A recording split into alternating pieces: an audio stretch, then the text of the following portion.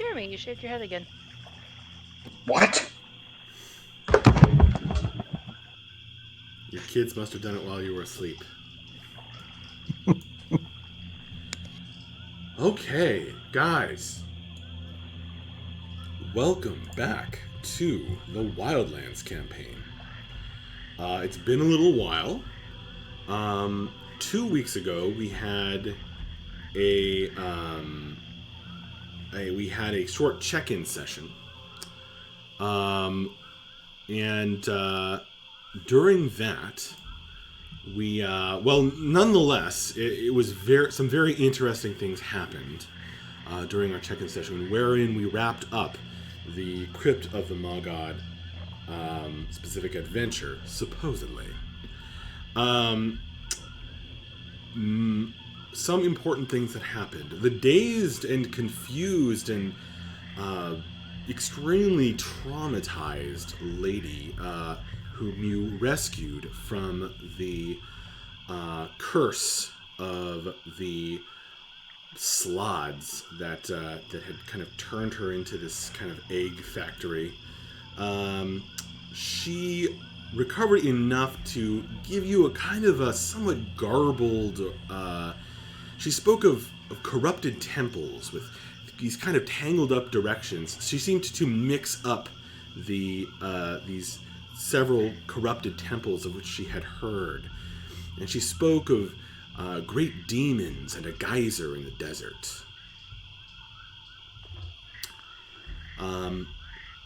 She clutched close to her the human girl called Yezdev, who was a rather sick little human girl who had been kind of mind controlled in several different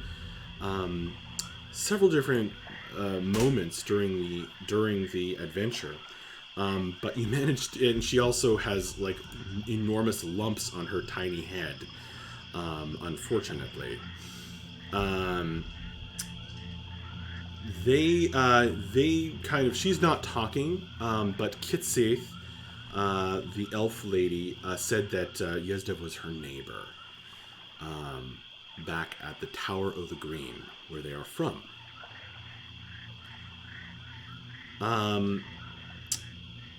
Akiri and Bliss went to retrieve their eggs where they had hidden them, kept them well packed in with moss and some branches to hide them amongst the trees a little ways away. And struggling and straining, they managed to bring the cart over here with the eggs unharmed. You checked on them and they were rather surprisingly warm, but you packed them in well. And they are doing quite well. During the course of that, I will mention I asked them to make perception rolls and got a bunch of ones. Failed them spectacularly. Or extremely low rolls, regardless. You guys were kind of wrapping things up for the night. I believe you were... you were somewhat exhausted after clearing the dungeon of all its treasure and divvying that up. You've also expended a great deal of resources having survived the terrible battles below in the crypt. And last time we ended, there was a crunching, heavy footstep to be heard to the south. You can't see the source of it in the dim light. Didn't it turn out pretty nice how I changed this to nighttime? Moonlight? That's all moonlight through the trees there. Yeah, it looks really nice. That's really nice. Roll20 has got some amazing features if you dig into it.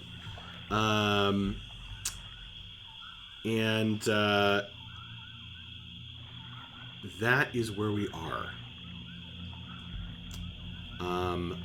Have I forgotten anything?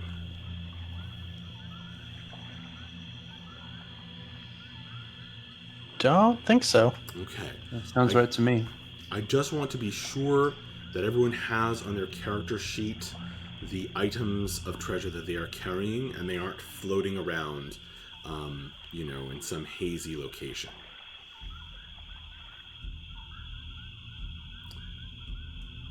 Right. Yeah, I've got it. Or Oh, I've got what I'm carrying. I do actually for once. I don't Okay. think I got anything special, so I think I'm okay. Bella, is your mic working? Is it? Yes, it is. I just want to make sure. Okay, guys.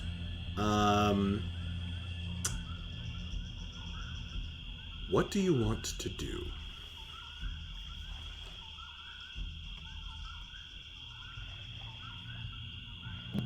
Do you think whatever that is in the forest has spotted us? Something in the forest? Yeah, didn't you hear the rustling? No. It seemed to. I mean, surely you're mistaken. It seems to have come from the same direction that you and Bliss did. I mean, we were a little busy with the cart. No, I didn't. No. Bliss, did you hear anything? Bliss is still breathing heavily from trying to pull that freaking cart, so he's going to just shake his head. Yeah. Oops. Listen, it's the forest. Lots of things live in the forest. There's just as much chance that it's some kind of adorable creature as it is that there's some kind of horrific monster. But I think that we should do the wise thing, rest for the night, and set up double watches. Okay. Really smart. Yes, I believe this is an excellent plan. Okay. In order to recover fully, you guys are probably going to need a fire. But you could try to go to sleep without lighting a fire if you so wish. Are you lighting a fire or not?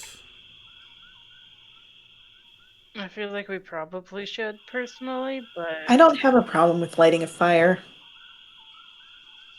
Okay. I Yeah, agree. I think that's fine. Where We're are all you, exhausted. We need a fire. Where are you lighting it? I'm gonna Probably do it up on. recommend. Yeah, I was gonna recommend that we do it up on the second story area, just so we've got a bit of natural terrain advantage if something does attack us. And there's only a couple places they could come from. So here? Yeah. Sure. That sounds good. Just scoot over the dead tadpoles.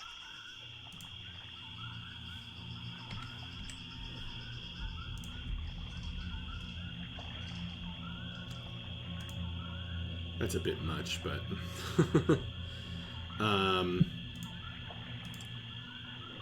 it sheds light all around it, and the flames flicker over the ruins of the temple and the many leaves and vines that have grown up all around it.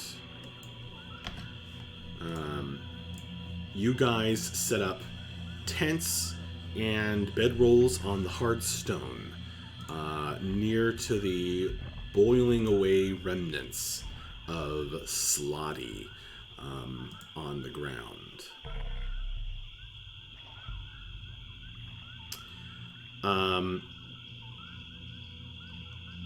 So you're all up here. I don't know who has a tent and who doesn't.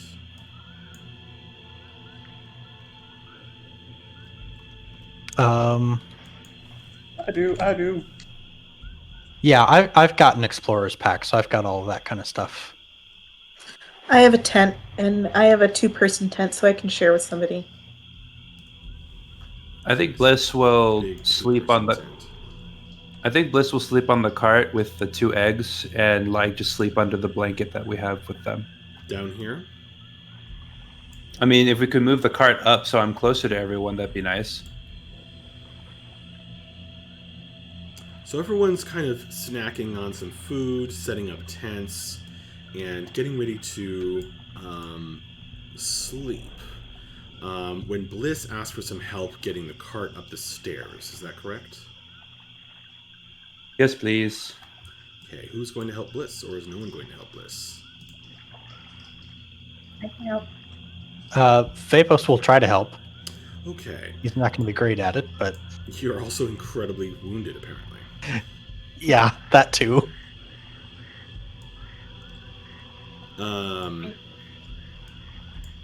I can help. The doughty dwarf troops down the stairs, and with her strength, you guys start pulling the cart up the stairs as gently as you can. Please make strength checks.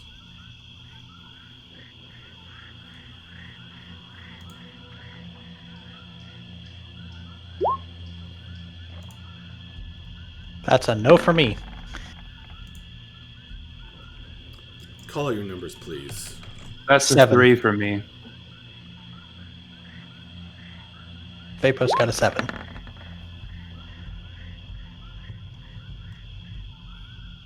I got a 13. Okay. As you are getting to the top of the staircase, you kind of misstep a little bit and jostle the eggs. As that happens, there's a weird cry or howl from to the south, in the swamp, and you see this figure, this 10-foot tall figure, with 6 reflective orange eyes. Comes lurching through the trees, crashing. In fact, this tree snaps in half as it brushes against it.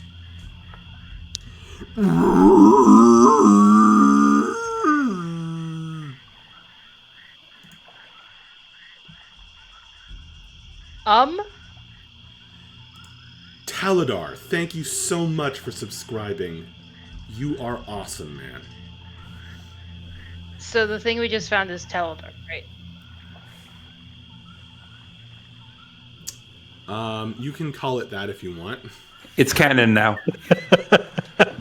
So Bliss, Mavra, and Vapos, you are seeing this thing in the woods. You can't quite make it out except for...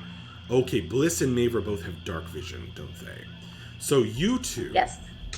Only you two, you can kind of make out this figure that has just literally snapped this tree in half accidentally. Do we know what it is, if we can make it out? This is what you see. The two of you. That is a large boy. The rest of you hear the cry. And the snapping sound of the tree. What do you want to do?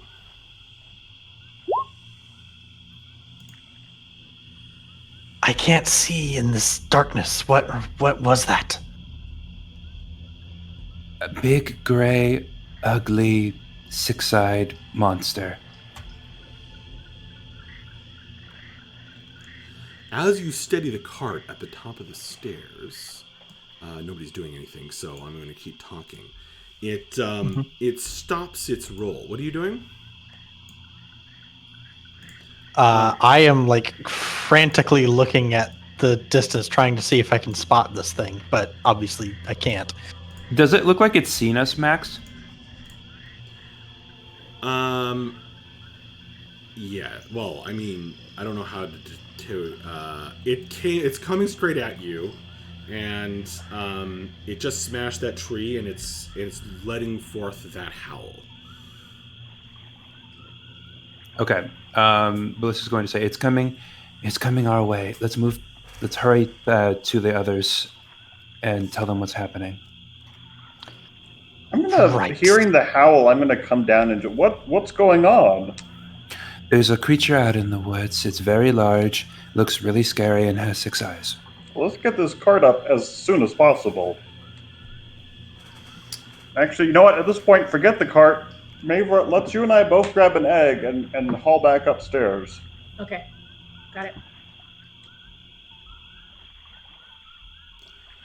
So you guys, move yourselves. Great. You grab eggs and you pull them out of the cart and carry them over here. I'll make sure to grab the blanket that The was thing, as you guys warm. stopped at the top of the stairs, it stopped moving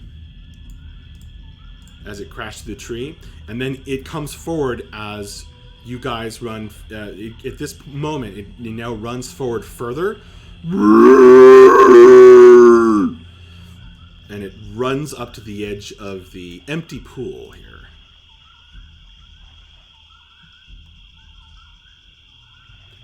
And it kind of smashes this tree also, and stands on the stump and looks over. Its 6 eyes, which reflect your firelight, its 6 orange eyes are sort of in the direction of Mavra and where Mavra and Bref have just run.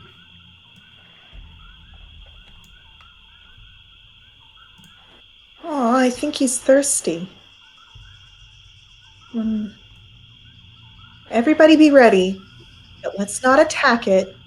Let's just give it a chance to go peacefully back into the forest. I still haven't seen it, so I'm fine holding. I think it wants the eggs. No. Yeah, Vapos is just like very wearily holding up his fists, like in a semi-ready stance.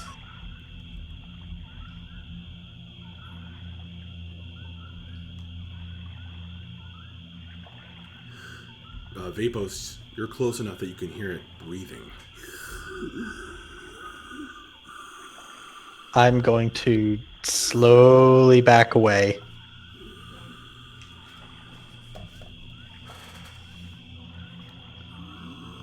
It's doing this with its head. It's just a huge mound of muscle and flesh. Sounds familiar. And it has these incredible jaws on it. I don't know if you can see on the model exactly. But these incredible jaws that look like, well, they could bite a tree in half.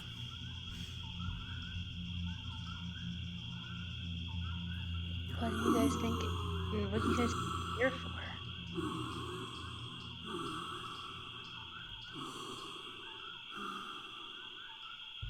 And why did it stop at the pool? I don't know. Maybe it's scared of this temple. It starts to move again as Vapos retreats. It comes up here, and it takes the cart, which is full of moss and stuff, and the blanket, the old blanket you sacrificed to the No, eggs. I grabbed the blanket. Oh, you grabbed the blanket? What are you doing with it? Yeah. Just holding it? I'm just holding onto it because we need that for the eggs. Okay. It grabs the cart, lifts it in one clawed hand from the corner, and moves over here and sets it down there, pushing it in the direction through the door, through the opening. Can you understand us? You know that scene in Alien, the movie Alien, where the jaws of the alien kind of go around the corner? You can kind of see them around the corner, and they're like, wet and dripping. That's what you guys see as it kind of pokes its head around the edge of the ruin here, and its six orange eyes kind of sweep the area.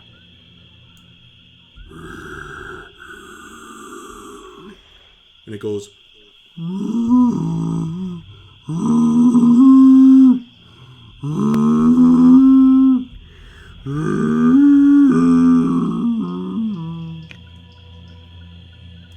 Then it turns around.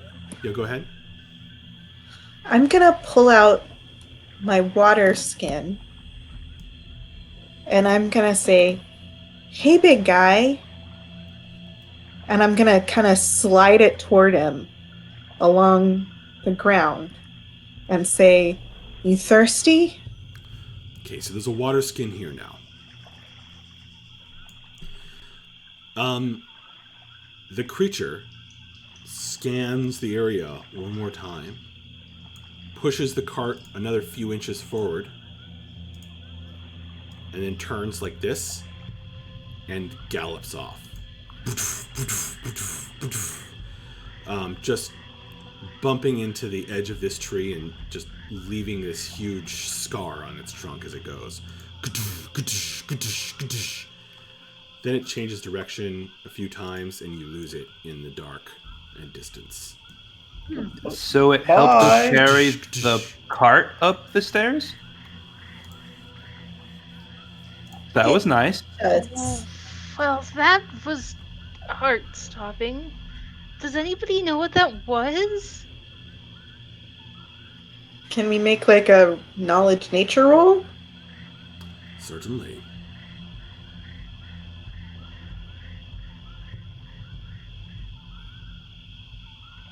I got a 17. I got an 18. Oh, fuck you. That's my job, damn it. Holy shit, Em. Okay. Good night, everybody.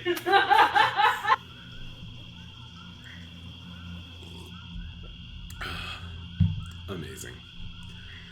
Taladar says it was the elusive subscriber. Yeah. It was indeed Taladar. Okay. With a 17 and an 18, you have no idea what this thing is, what it's called, how it rends these trees with this supernal strength. But you can make some guesses. It has this coloration, this gray coloration that's very hard to make out. So it definitely seems like it's perhaps native to the swamp. But on the other hand, its 6 eyes and general weird construction of its body makes you think it's unlikely to be a normal terrestrial creature, material plane creature. It's hard to say. Do Whatever I get it is, any? Whatever it is, it's incredibly rare. Do I get any like fae vibes from it, like fairy vibes? No, this is far too ugly for people of the fair folk. Well, Bliss feels a million times better then. They have a different kind of ugly that they go for. Mm-hmm. Bliss is just gonna look at everyone and go, so about that nap then. Yeah, that was weird. I think it's time for bed. Yeah. Well, if you could put the eggs back on the cart, I will very happily go to sleep with them and keep them safe and warm.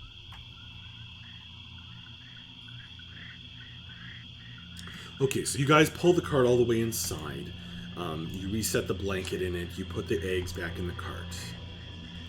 And you go to your various bedrolls and tents.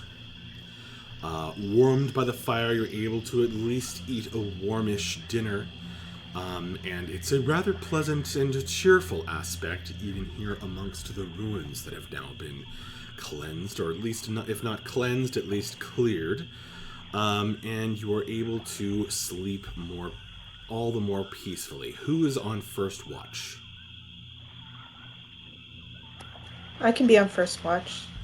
Okay. I'll go on watch with Bella. Okay. The severely injured Vapos and Bella are on watch. The rest of you take yourselves to sleep.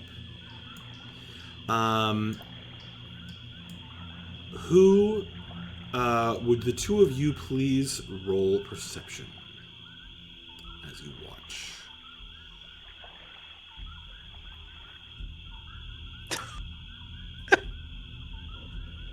Vapos is very hurt. Yes. He's focusing on Well, at least it's not, a complete waste. Yeah.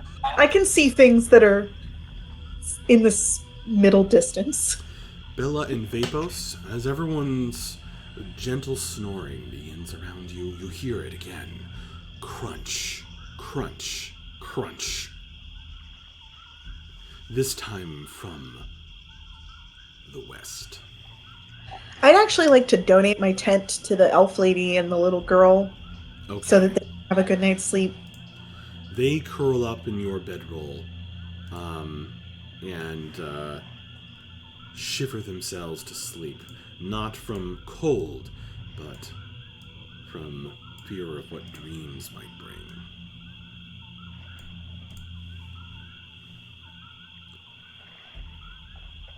However, they are soon sleeping peacefully. Vapos and Bella, do you want to do anything when you hear the crunch, crunch, crunch from the west in the swamp?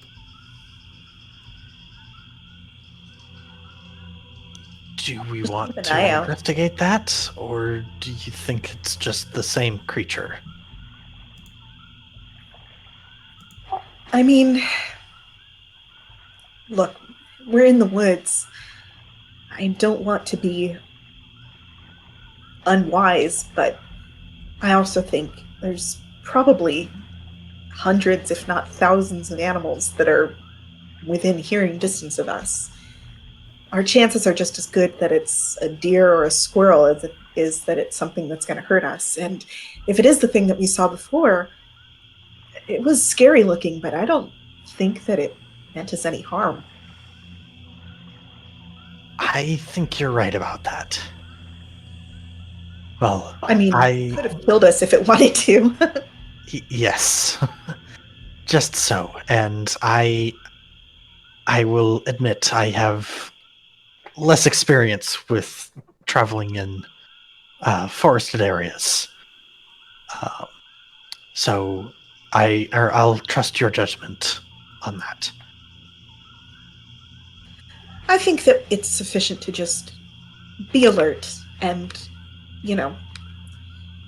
like I said, there's lots of animals in a forest. It's very possibly something that we don't need to worry about at all. Vapos will just nod. And probably a little ways into the watch, he's probably been, given how low his perception is, he's probably been pretty pensive, especially about the conversation that we started earlier in the evening. But Vapos will reach out to you again, and he'll just say, I had a very confusing relationship with my master, the one whose tomb we found down there.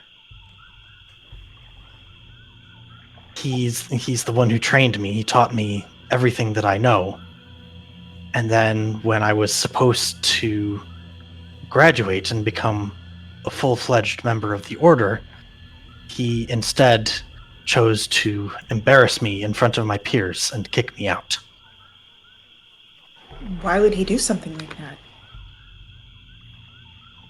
At the time, I didn't know, and I was hurt and confused and angry. But now I'm starting to think that he knew something of what the order was becoming and was trying to get me out before I was fully indoctrinated. Well, this must have been somewhat difficult for you to see then. I'm sure that even though it ended badly, you still have a lot of strong feelings about the order where you grew up. I do. I mean, they took me in when I was just a very young child, and I don't have many memories of my life before the order, but what little I do are of strife and pain and chaos. My father did not know about what my mother had done to cause me to be what I am. And so they... Parents weren't water ganassi. No. I see. And so they chose, rather than trying to overcome their differences and try to raise me, they instead gave up and gave me away.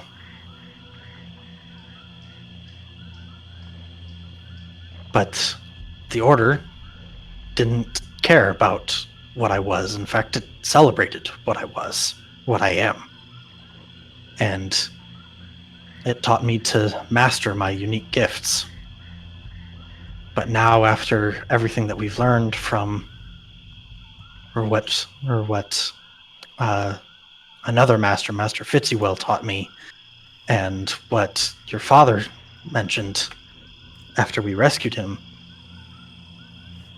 it's hard to reconcile all of that with the place that I grew up. Was it Marias Fitzywell? I never caught his first name. I only knew him as Master Fitzywell. But he was a monk, much like myself.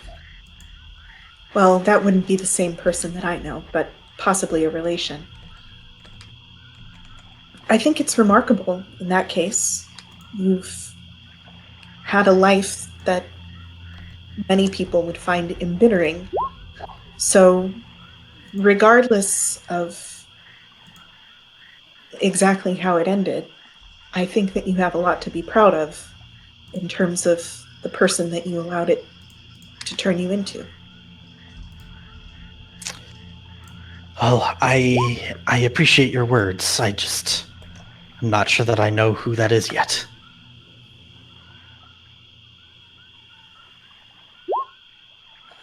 Well, it seems like you have time to figure it out, but, well, like I say, a lot of people would be profoundly embittered by the experience, and whatever you might still be figuring out, that's not the kind of person that you strike me as.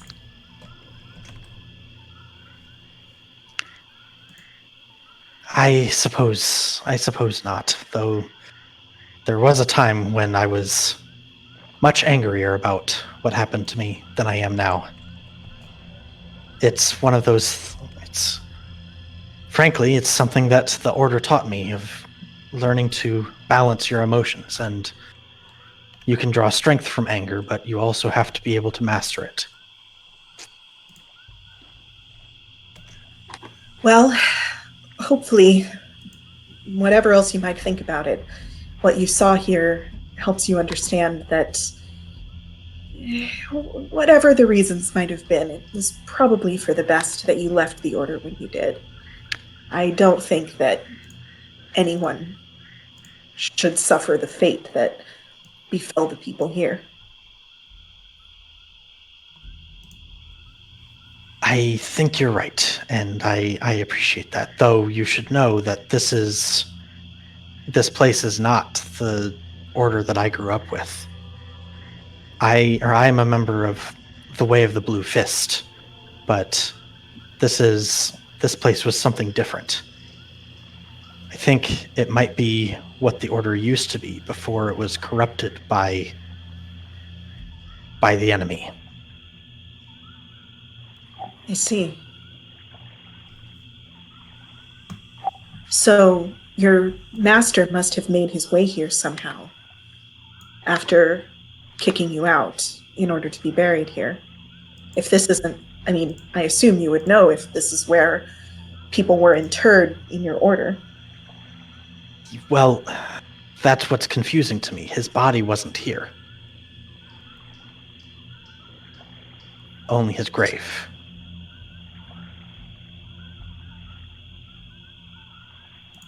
I don't know what happened here. I don't understand. There's altogether too many questions. And I think the greatest among them is this, and he'll pull out the dagger of carved bone. Yes, that banishing dagger. And you think that you recognized it, that somehow this was the sort of thing that was in common use amongst your order in order to banish some kind of evil spirit? I don't know if it was in common use, but it was something that my master showed me. And he seemed to think it was important that I master it in order to stop one of the Dark Six from attaining great power. As Vapos holds the dagger out, it shimmers and changes shape in the moon shadows. Oh.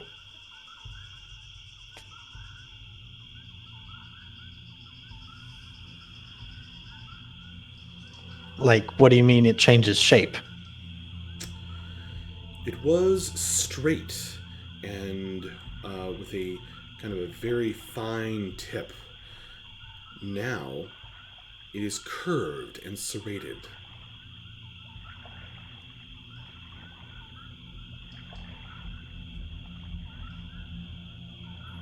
I didn't know it could do that.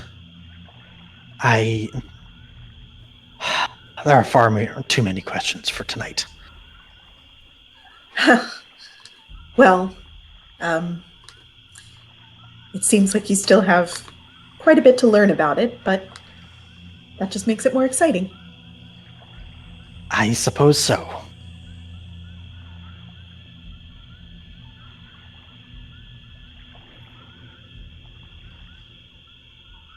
But in any case, thank you for listening. This was it's not easy for me to speak about such things. Anytime. I find you an interesting puzzle, if that's all right to say. I think so.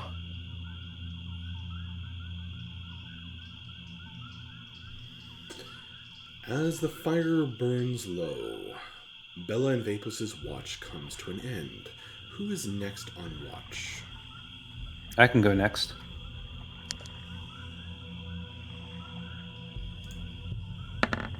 I'll go with you. Would you guys please make perception rolls? Bella and Vapos bed down.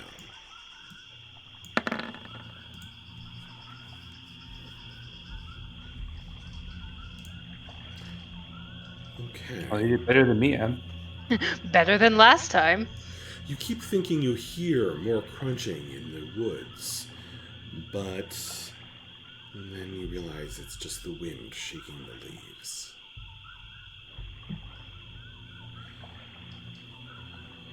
Vapos. This night, you dream. Okay.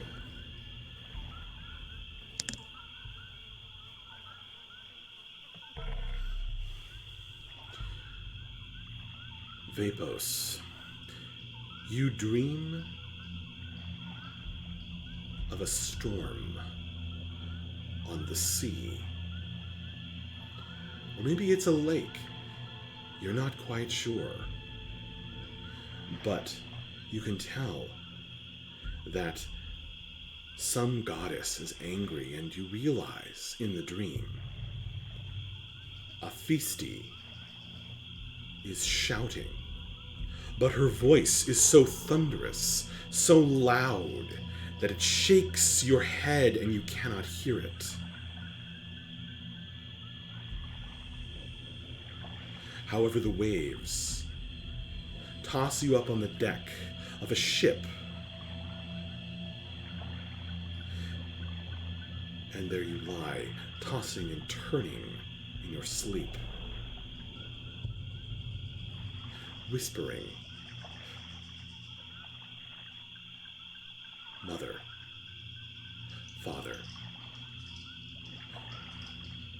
Chorobitha is looking for me.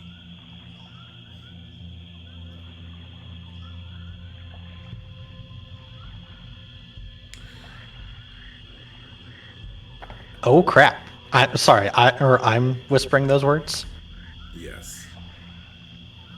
That's not good.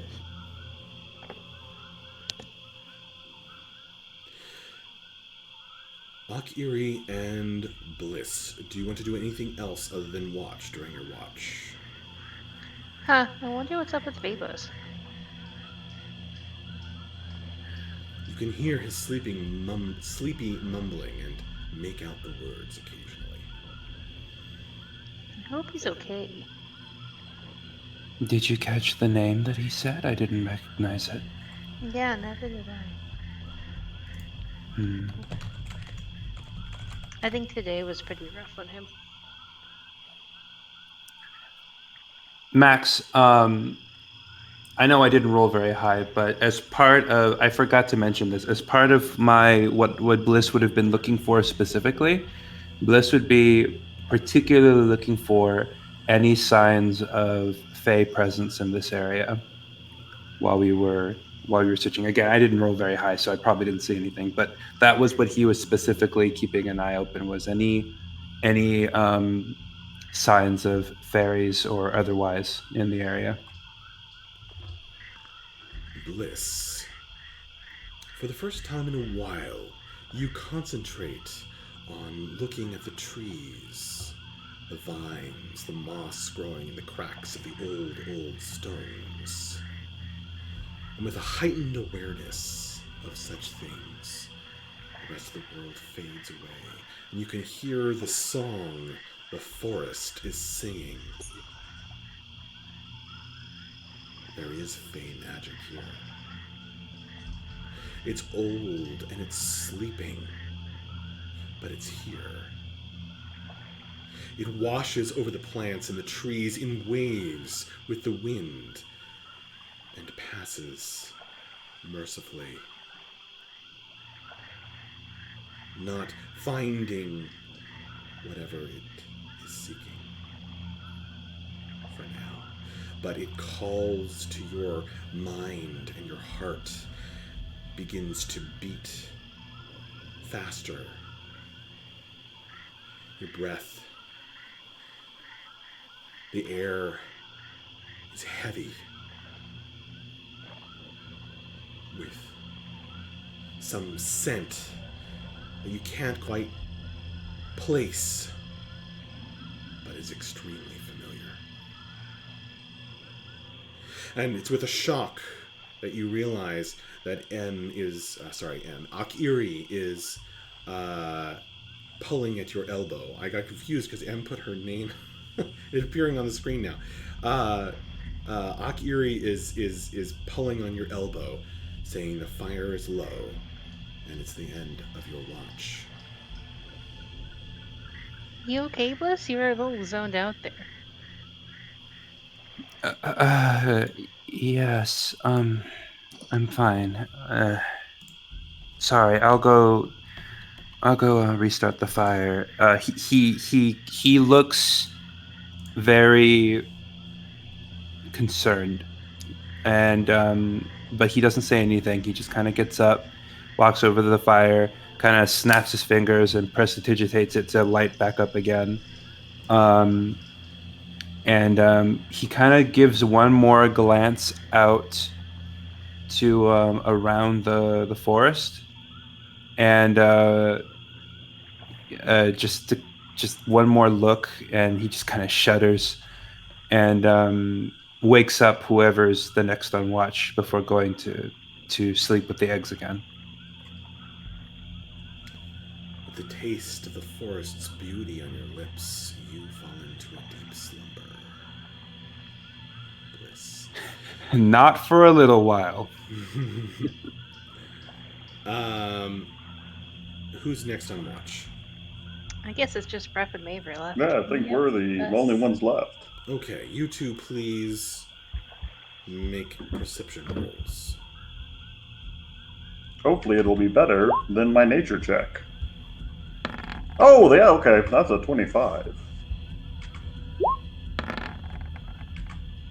18. Nice. You guys are extremely alert. You are the ones who grab the eggs and pull them away from the monster that came out of the swamp. And with your incredible perception rolls... Oops.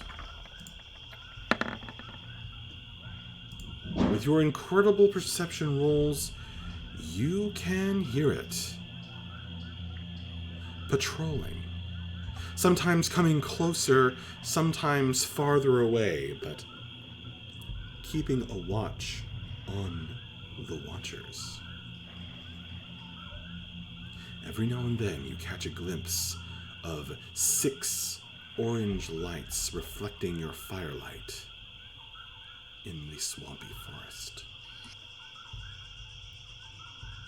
I am really glad that thing doesn't want to kill us. That's nice. Very nice of it.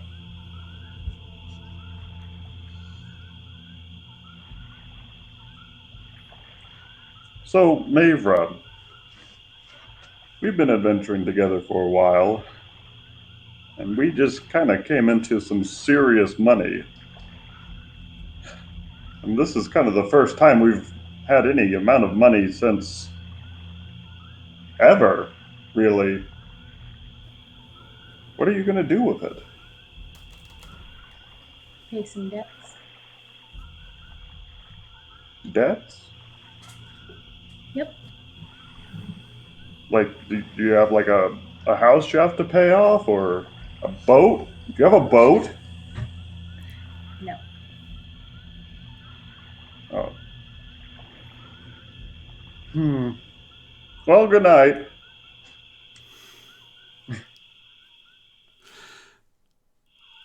I love Bref so That much. was all amazing, guys.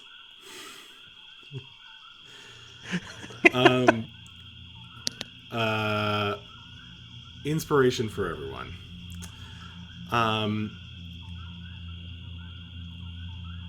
While that's going on, Akiri. This night, you dream. You dream.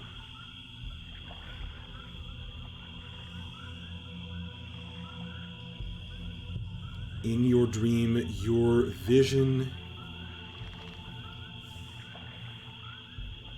rises up with the steam from the jungle all around you and rushes over miles of night-bound landscape, mountains, forests, deserts, streams, rivers, cities, and you swoop into an entirely different swamp. A much swampier swamp. A quagmire, mud flats, and thick green, pea soupy landscape that looks solid but isn't, and a false step would send anyone sinking. And your vision swoops down as if on wings, pulled by a familiar presence. As you swoop down, you can hear it saying, "Come, come, my child's child. You must, see.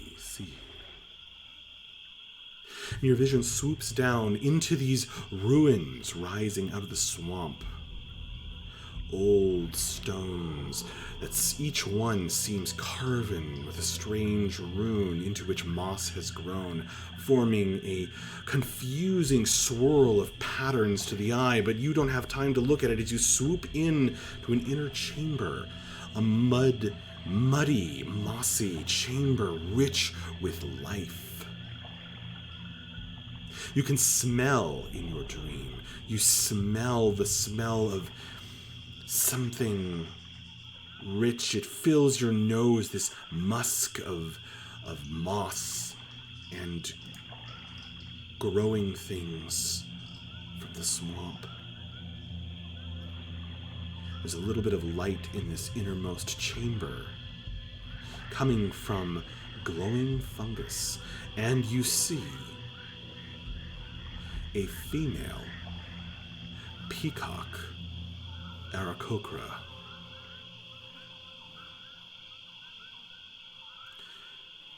You recognize her. You looked her up before, Alarka. She's speaking with someone shrouded, who looks up as though they sense you dreaming. It's a goblin woman, and she is surrounded by frogs. Not the monstrous aberrant frogs that you have been fighting, but normal frogs, but of all shapes, sizes, and species. And every now and then this goblin woman, hung about with charms and carven amulets, kind of chirrups a little croak to her frogs, speaking with them. And in your dream, you hear Alarka, her name coming to you, speaking to this goblin witch.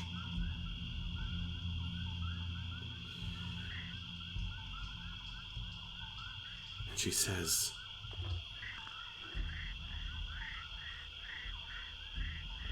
"Please, great frog talker, tell me the secret of the frilled, for dark things are coming. I fear our leaders cannot be trusted.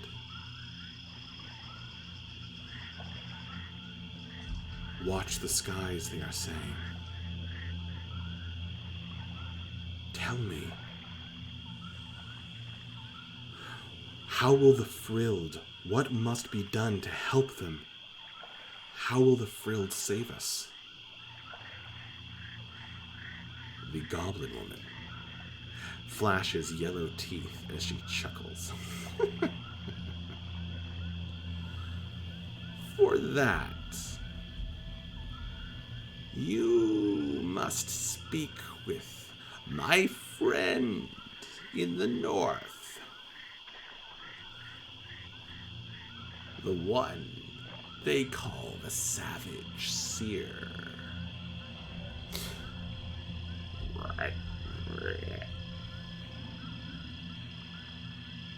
But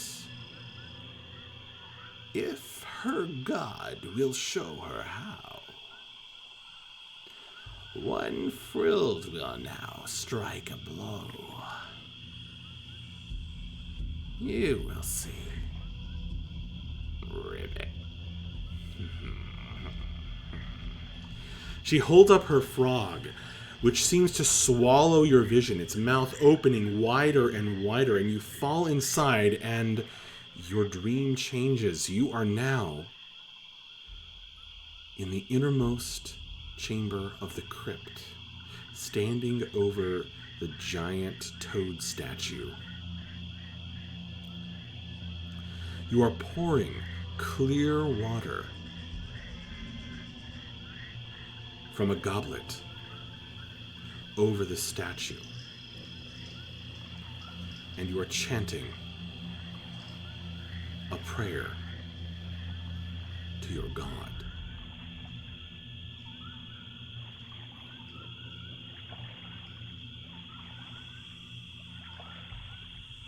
Ach, Eerie, Eerie, Eerie. Remember, Ember, Ember. What we do, ooh, ooh, must us be done, un.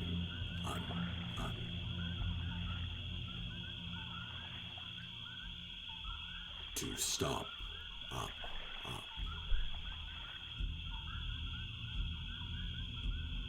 Their power, our.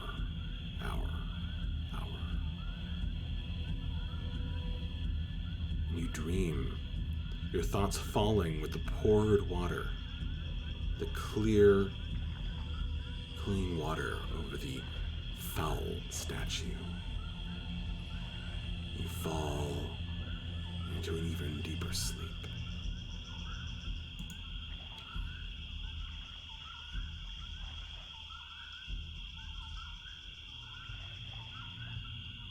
Breath. You too have a dream this night as you doze off after your watch just before the sun rises.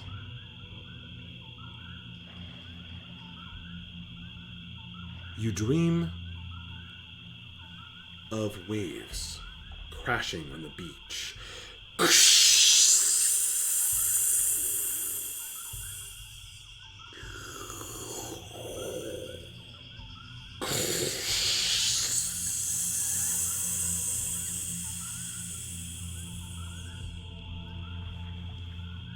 You feel Aphisti's presence in the waves, thrumming in your heartbeat. You walk along the beach in your dream as you have done before. And then as one of the waves pulls back, footprints have appeared in the sand. You look up, and a handsome, muscular, smiling half-orc is standing there, wearing clothes you've never seen him wear before, a dark robe. And as his lithe and beautiful form turns toward you from staring out to sea, the one thing marring his perfect face are his eyes, where the irises have swollen to fill his entire eyes. They are pure black.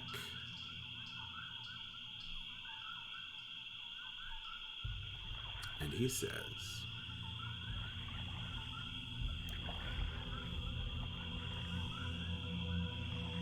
"My son, thou couldst have everything.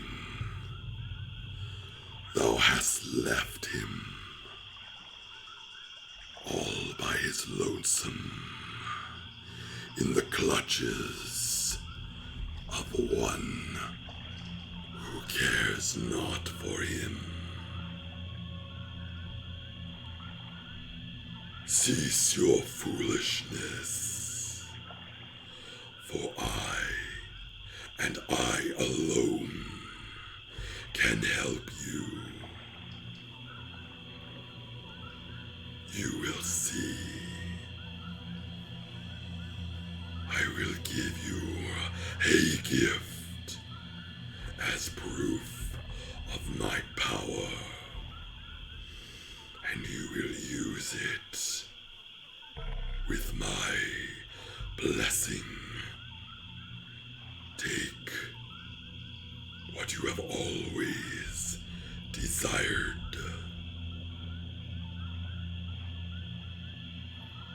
My son. Can I respond in the dream? You can. He was never mine to take. He made his choice. I can't take that away from him. I am not your son.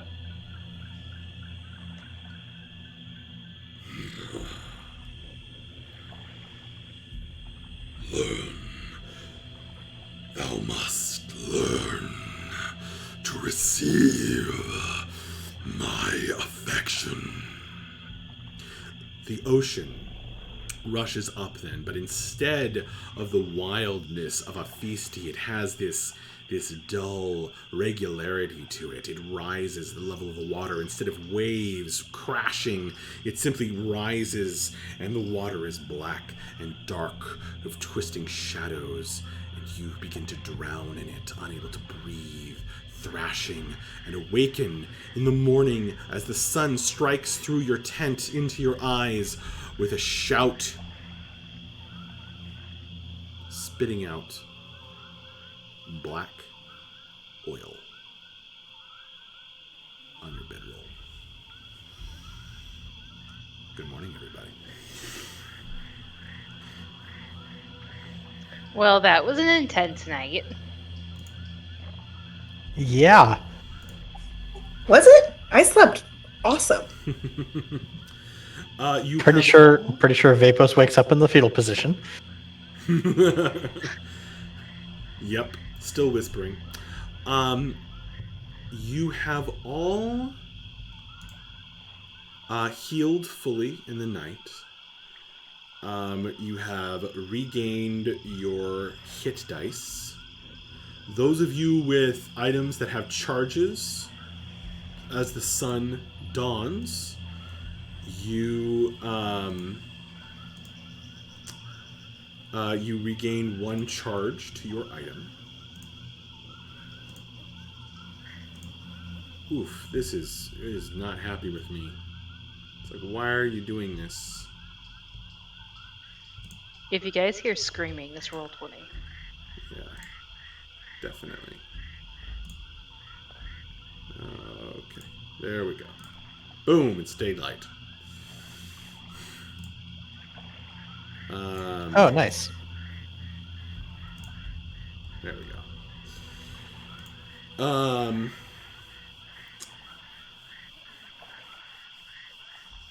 Yeah.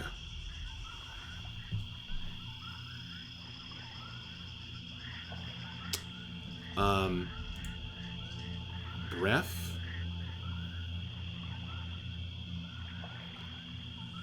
You sense a power in you. The remainder, after the black oil leaks out, you can feel this power in your belly. And you can call upon it in a desperate situation.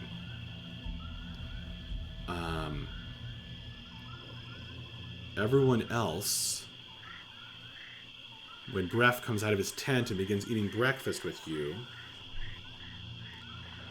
he has this black thumbprint on his forehead. Oh, good night, Mavra.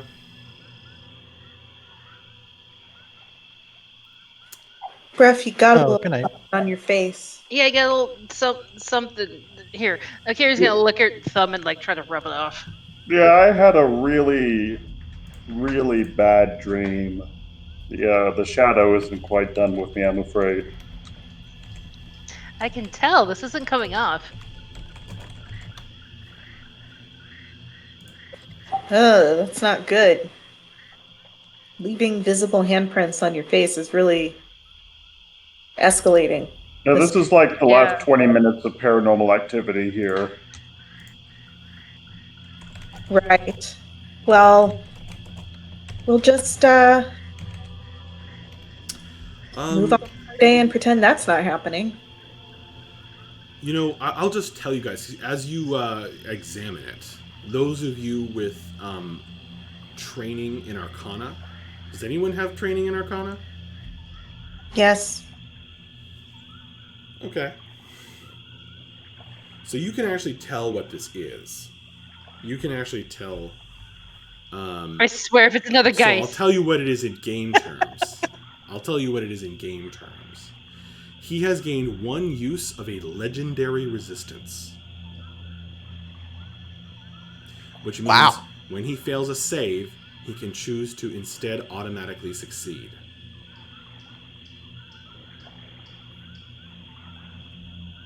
Nice.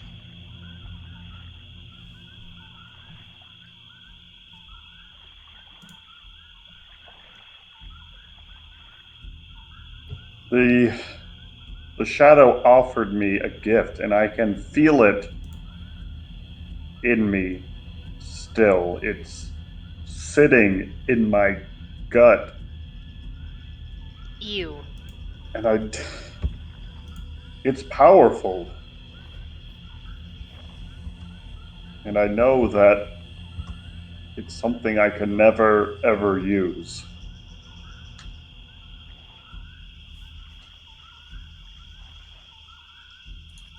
That's not the first time I've heard someone say that.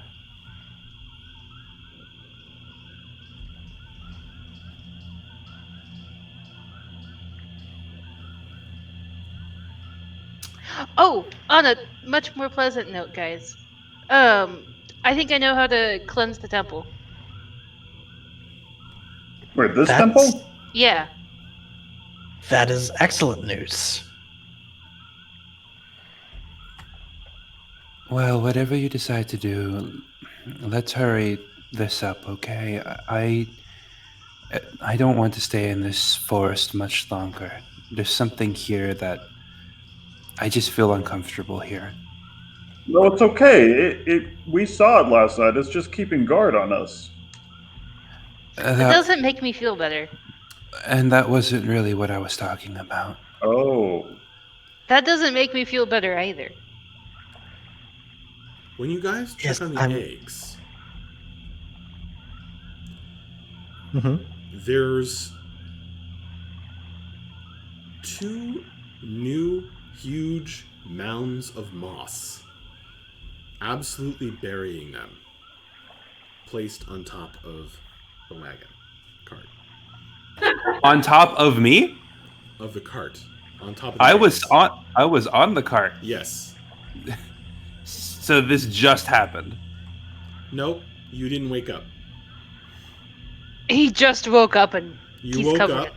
in moss. You woke up and you're buried in moss, along with the eggs, which have been tucked in. I have a lot of questions. I really, really, really want to get out of this forest. And next time you can put yourself on the cart if you want. Sorry, it just if I did, I would be underneath it and it would look weird. Oh, well now I can be I on top. fixed that. Cool. But yes, you didn't wake up. You might have noticed me rolling a few times. I don't know. It seems like our new friend really likes you. He tucked you in and everything.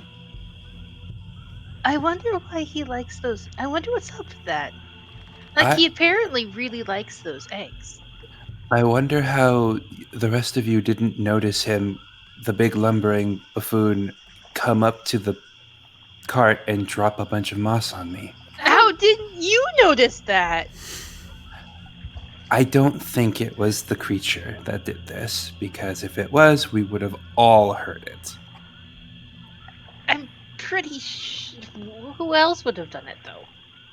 I don't know, and I don't want to stick around to find out. Let's just clean this temple and let's get out of here. The moss smell clings to your body, Bliss, and it's still filling your nose. Ew. Okay, Your he's sleep last night. he is prestidigitating it off as much as he can. Like, this counts as cleansing it, and he's just like off. He wants none of this on him. It's clinging to you like a perfume. Gross. No. Off. Bliss jumps. Oh, Bliss is this close, just jumping into the fire. He has fire resistance. He is like this close to just jumping into the fire. Out of character, moss is one of my favorite smells, so I'm taking a little bit of offense to my husband's strong reaction to this, but it's fine. Right? It smells very good, and I think that honestly it smells better than perfume. So Yeah, it doesn't give me a headache, so I'll take it anytime. Okay. So, what do you okay, so Akira, you climb, you guys, you go into the temple. What Yeah. are you doing? Vapos is going with her, and he's actually going to ask Akiri. I'm curious. How is it that you suddenly realized how to cleanse this place? Georg told me in a dream. And she just keep going. That's like no hesitation. Do you have a what? You can create water, right? I can. Cool, you're useful. Come on, let's go. Okay. Um, I must say that I'm a bit concerned if that's how you acquired this knowledge. I mean, it's worked for me in the past. Oh, I apologize. I apologize. I phrased that poorly. I'm not. I trust that you have received such visions as this before. I'm more concerned for myself because Bref said that his new, I suppose, patron is the best word. Visited him in his dreams, and you're saying that your god visited you in yours. I was visited in a dream as well last night. Oh, cool. What'd they say? I couldn't understand them, but I was whispering to myself over and over in the dream, saying Oh, yeah, we they. heard you. That's right. You heard me? Yeah, Bliss and So I, when we were on watch. Yeah, we heard you. I was saying that out loud? Mhm. I. The name? Yeah, it I was. said the name out loud? Uh, yeah. What Oh, was this it? is bad. This is very, very bad. No, you're not. No, no, no, no. This is. Oh, no. That is very, very bad. Oh, is this one of the names that you can't say or they hear you? Yes. Oh. Oh. Why would. Oh. Yeah, that is bad. We need to. Okay, we need to go. We need to finish Yeah, this and we need to leave. let's go fast. She's gonna hurry now. She's taking it a little bit more seriously than she was beforehand. Okay.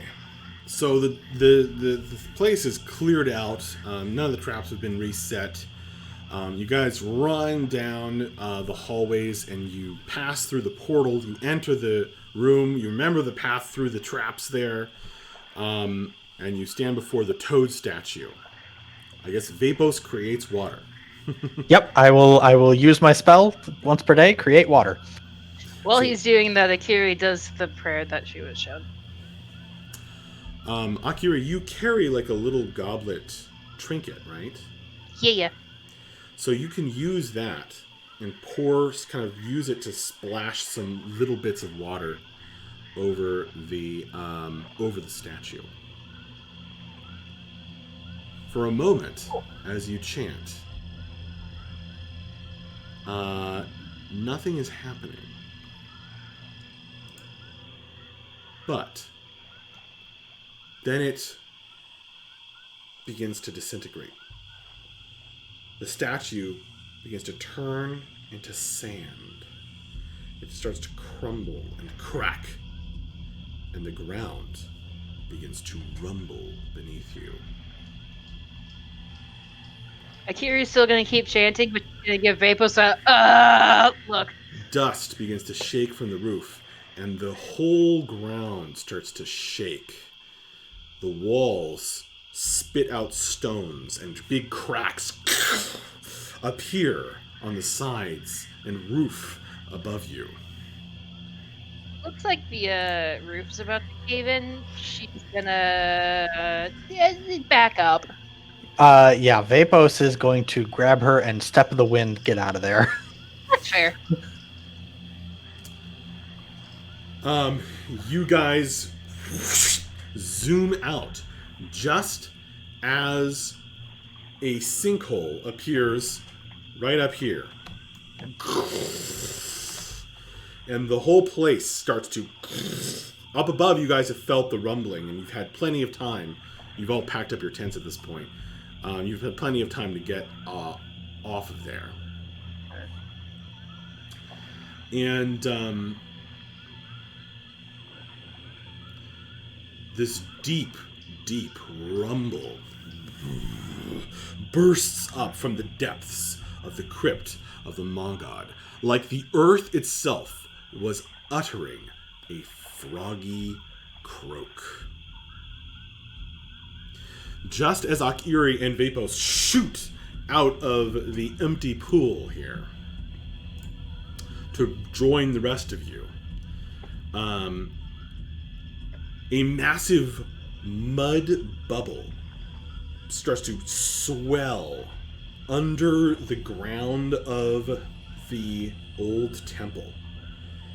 And this deep, deep rumble continues, the whole thing shaking, crumbling, and falling to pieces until the bubble pops and blows the place into a crater. And bits of it start raining down, crashing. Is everyone packed? Good. We need to go right now. Let's go. But ready? Okay, let's go. Okay. Kitseeth turns and says, "Good riddance to that place." And in Elvish, she says, "A curse upon it forever."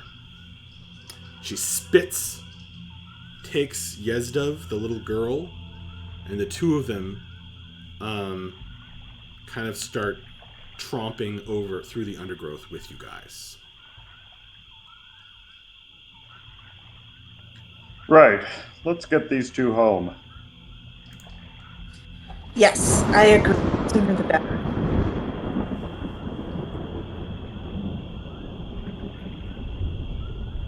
Are those thunderclouds, Max? That's the sound of the whole thing Oh, okay. crumbling. And for a second there, I thought you were going to be like, and also it's raining. Well, at least it couldn't get any worse. And it's thunderclouds.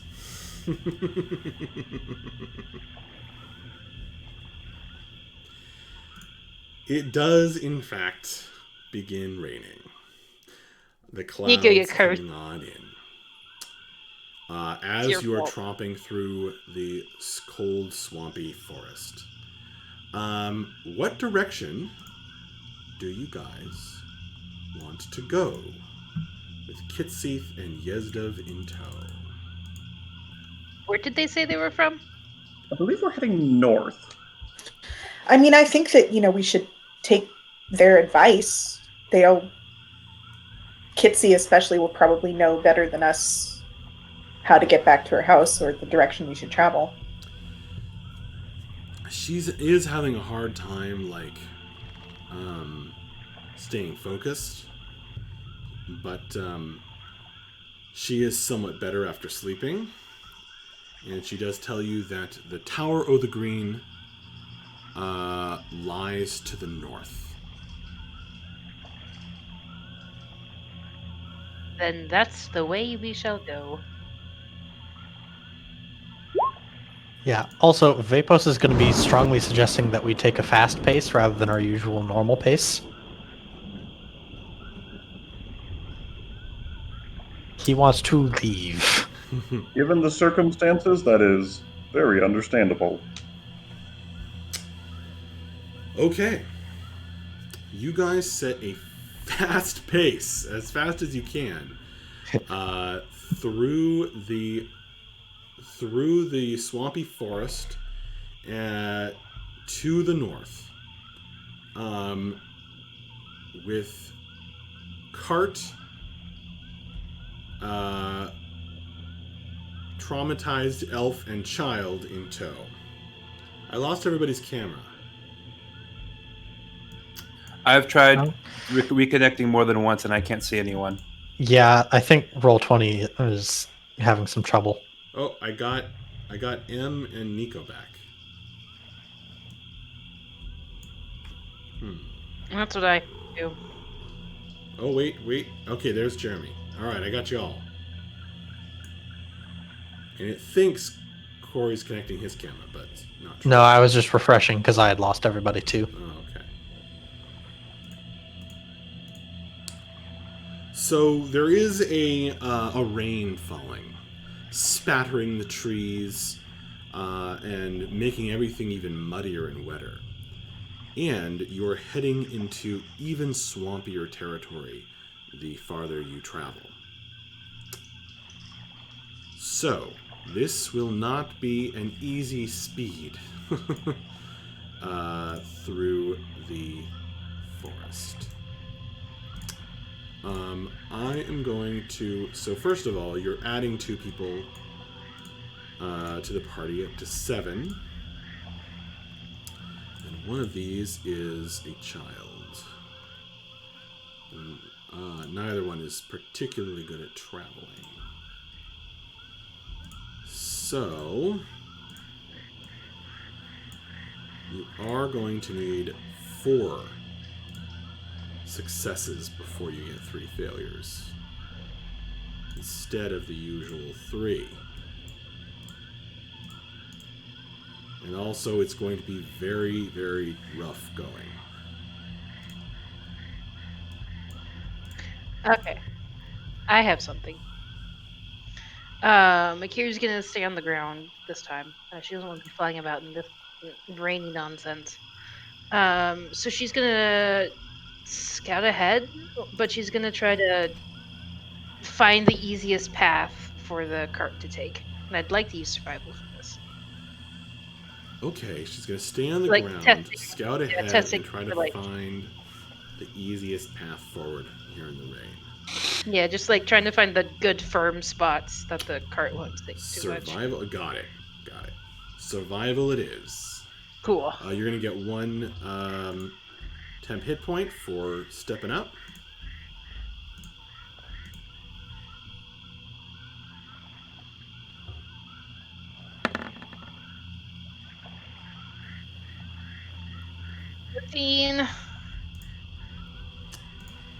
I am afraid that is not a success. Yeah, bad rolls are bad. Instead, it is a failure. Who She's else busy is thinking about the dream going she to had make the last night. attempt? Sorry, go ahead. I interrupted you. Oh, I said she's busy thinking about the dream she had last night. Yes, indeed.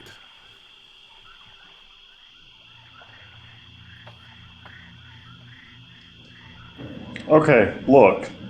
We're in a swamp. It's tough going for this cart. At some point, you just have to barrel through. And so I'm going to get the handles of that cart, and I'm just going to give it everything I've got. When we hit that rough terrain, I'm just going to push through and get this cart where it needs to go, along with whatever's inside of it. Okay. And I'm going to cash in my inspiration, because I keep forgetting I have them, to roll with advantage.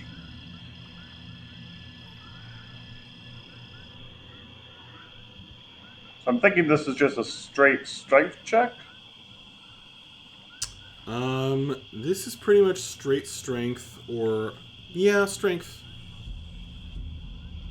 You are just muscling this thing through the mud. Well, that's an underwhelming use of my inspiration. We're doing great, y'all. Oh my god. Jordan's been rolling kind of terribly tonight. I think the highest we've had so far is what, 18? I got Alright, a I'm- 19, but that was for a perception check during watch. I would like to use investigation to examine the ground and help people avoid swampy pitfalls and quicksand and all of the other swampy stuff.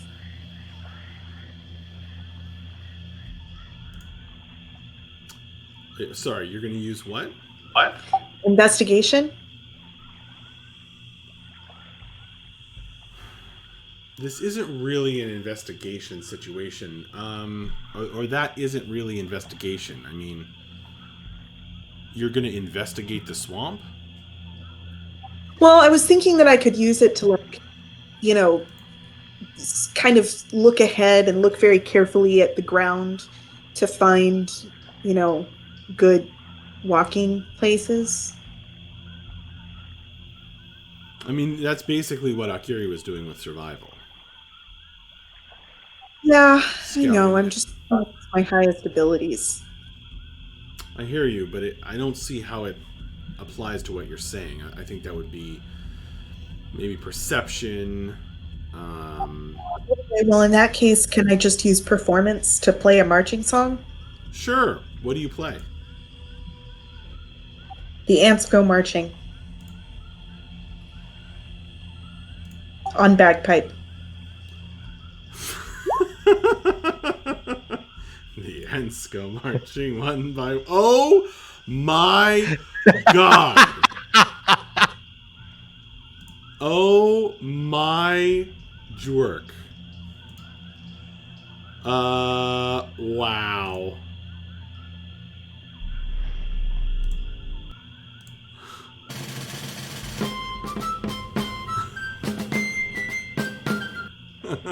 All right. Yeah, so that gives you 2 check marks. That counts as 2 successes. Well done. Wow. Well, everyone's in good spirits at least.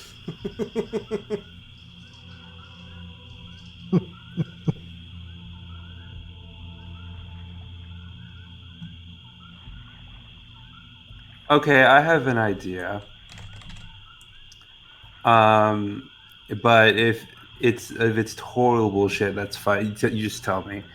But I imagine that since we're heroes or whatever, and we brought these 2 dead weight, I mean helpless citizens with us, I'm assuming that they're the main sources of slowing us down. So specifically, in particular, the little girl. I was gonna So say kill him. as we're traveling, I'm imagining that this little girl is probably asking, are we there yet? How much farther? I need to use the bathroom, things like that. And Bliss has taken it upon himself to continually inform this little girl that we are almost there and it's really close. And the more he encourages her in this way, the more the girl feels emboldened and encouraged to keep walking faster, to ask less questions, to be less of a bother, because That's not how kids work, Nico. Bliss keeps insisting over and over again, and he just makes it sound so truthful that we are so close. We are almost there. It is like just over that other hill. And I would like to use deception on this kid to just convince her that we're almost there so that she stops being a big pain in the butt.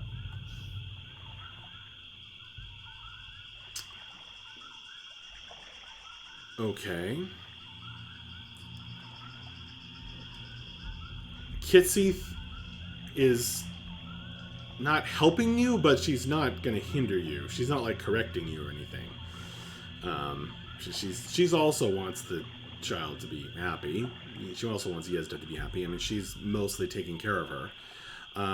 So yeah, go for it. I will also use my inspiration to give myself advantage on this. Okay. Unnecessary, but cool. That's a 30. The kid believes whatever I say.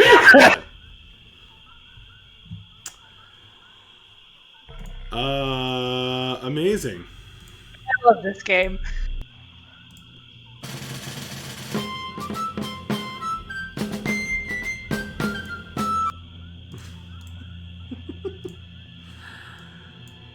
That's another check mark.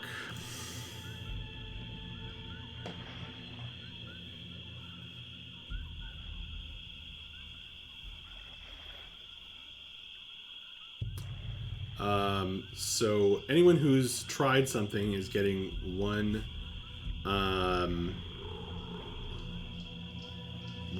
point of temp health. No pressure, Bapos.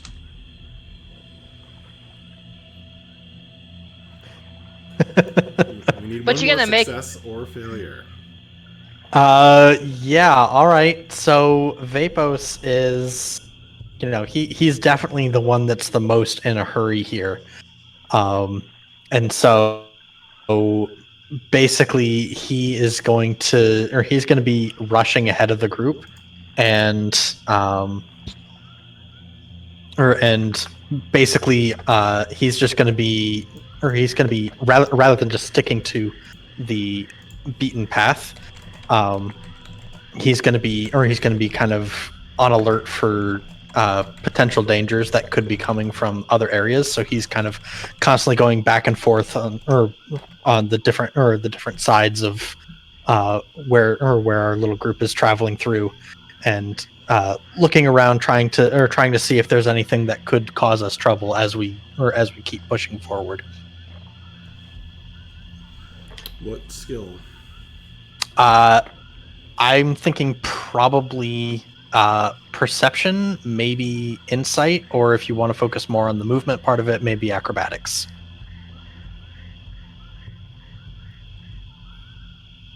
Well, if you're looking for dangers, that's kind of why I think perception makes the most sense. Yeah, I feel either perception or insight. Okay. I mean, you're supposed to convince me of which skill. Okay. Yeah. to use. So yeah. Which all one right. do you want to use? I'll use insight. All right. You're trying to make an insight check on the swamp itself. Let's see using what Bella was telling him last night about the fact that there's lots of different noises and stuff that will come about in a forest, and so he's trying to figure out which noises that are happening are potentially dangerous and which ones are things that he could pretty safely ignore. I like that.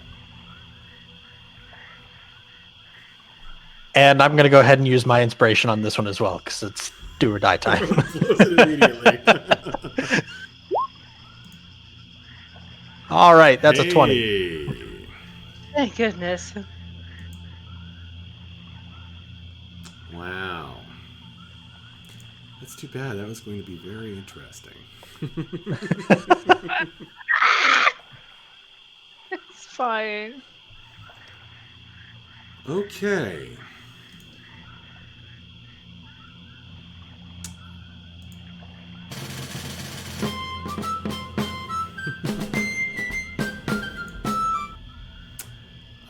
Oh wait, is this the one I want? Not really. Okay. Guys, you managed 4 check marks before you got 3 X's. No small part due to Bella's natural 20. Yeah, thank goodness for that. Vapos, with your insight, you are able to tell that some of the rustling and swamp noises and gloopy mud sounds all around you are from a large creature that is following you guys. Gosh dang it, when is a large creature not following us? This one in particular.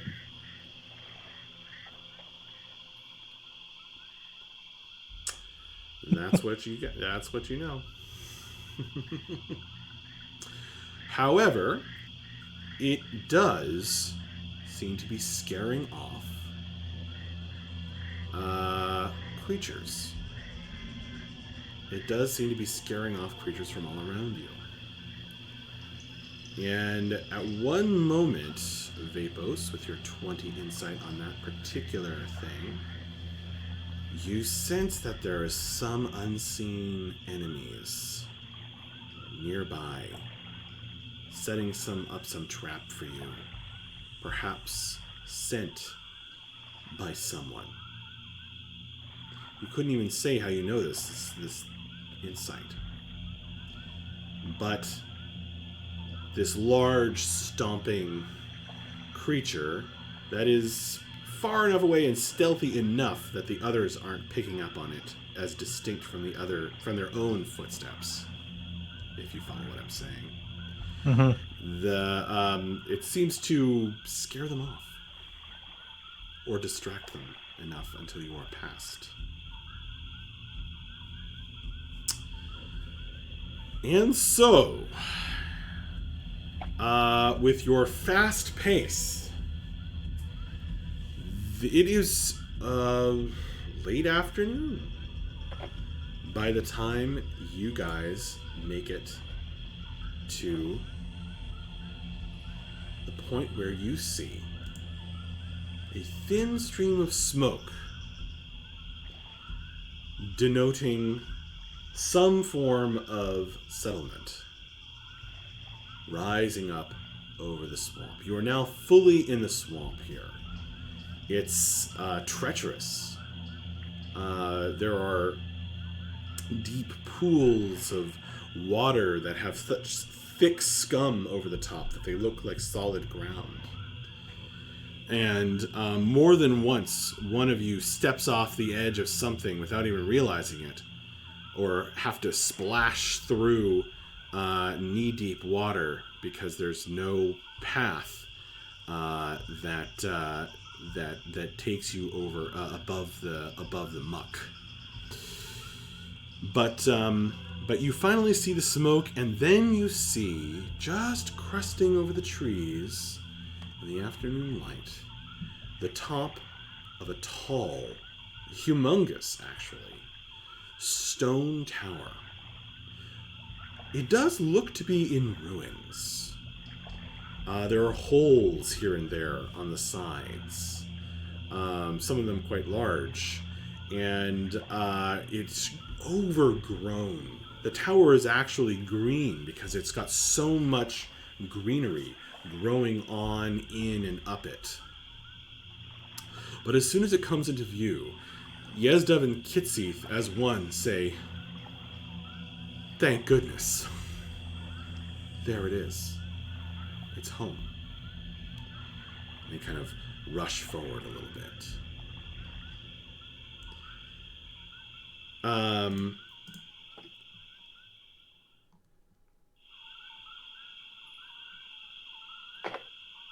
However, they are brought up short as you reach the clearing where a tiny thorp exists here in the deep swamp.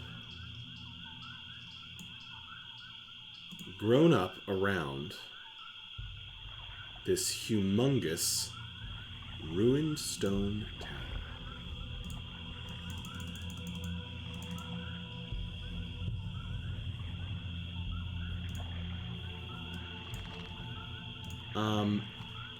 This place, however, the insect sounds kind of stop. And can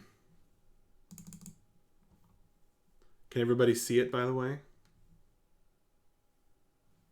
Yes, Yep. we can Okay, see a bunch of dead, slod and frog people. The insect sounds kind of stop, and there's similar but somewhat more peaceful set of sounds. And in the distance, you can hear, or in the distance, from within the gigantic stone pile, you can hear a woman singing very faintly.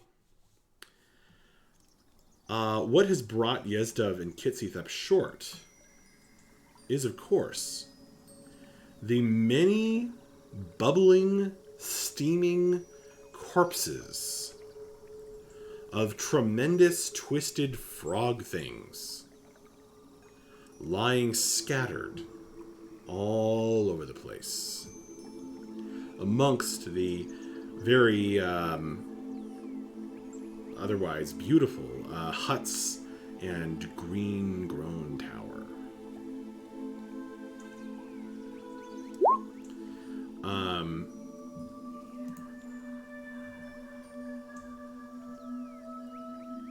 As you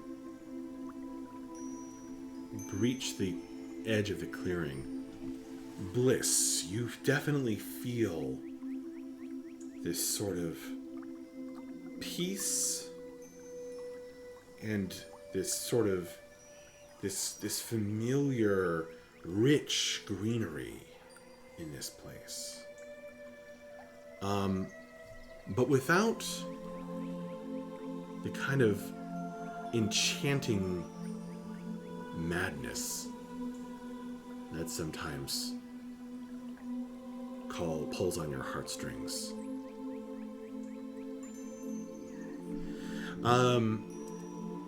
As you guys come here, you see a face peer out at you from an opening, a little window on the edge of this hut. And at nearly the same time, some figures appear at the top of the tower and call out to you. Halt! Be ye friend or foe? And Well, you can it's not frog, if that makes a difference.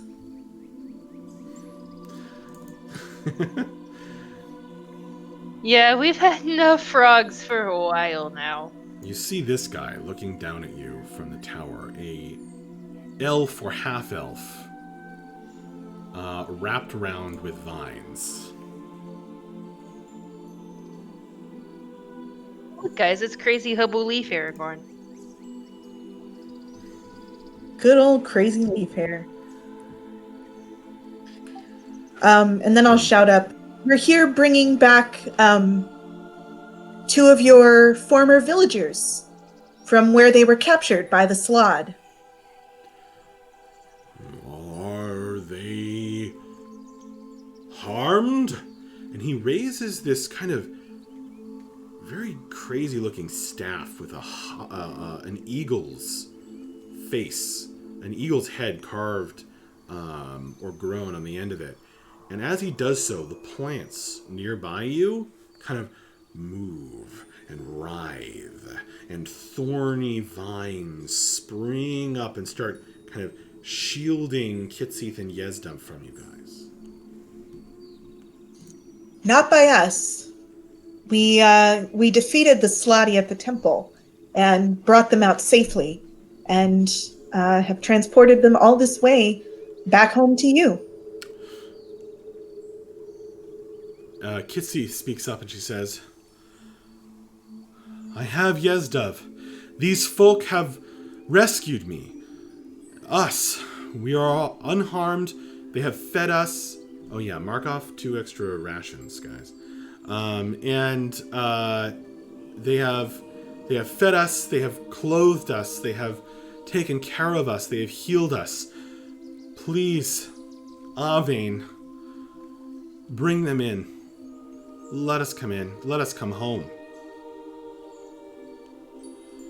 The man, apparently called Avane, kind of looks down behind the parapet, and you hear him saying,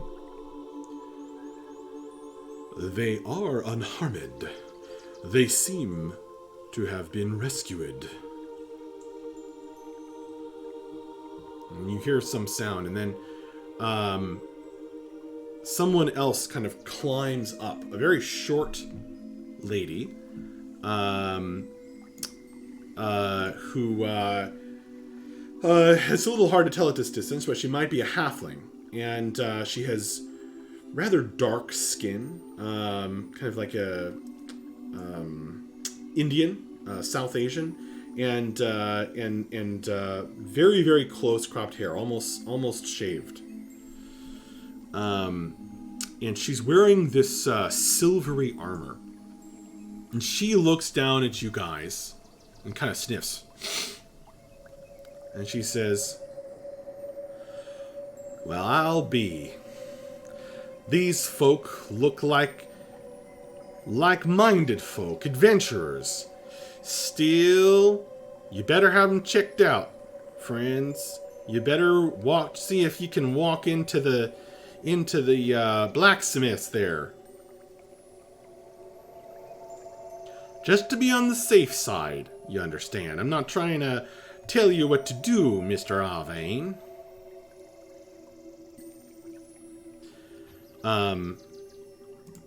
He says, that seems reasonable.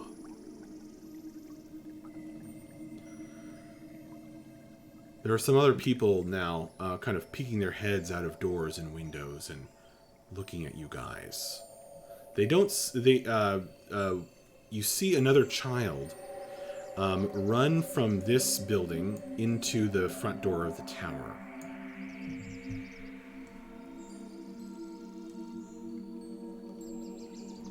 Max? Mm-hmm. I wasn't going to say anything, but creepy, weird talking man, vines growing out of the ground, and the fact that you literally said that this all feels familiar to me. I think Bliss would very much like to take a very deep look at this place and see if there's a powerful fey presence here, because this is just screaming, "We be here, there be fairies." Well, I think my description before kind of addresses that. I guess Bliss is just trying to dig deeper under the surface of is there more here, or is it just a place that seems very calm and peaceful, or is there a hidden?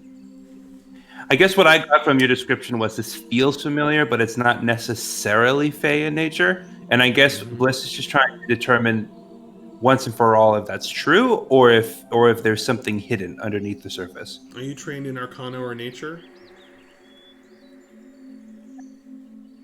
No, I'm not.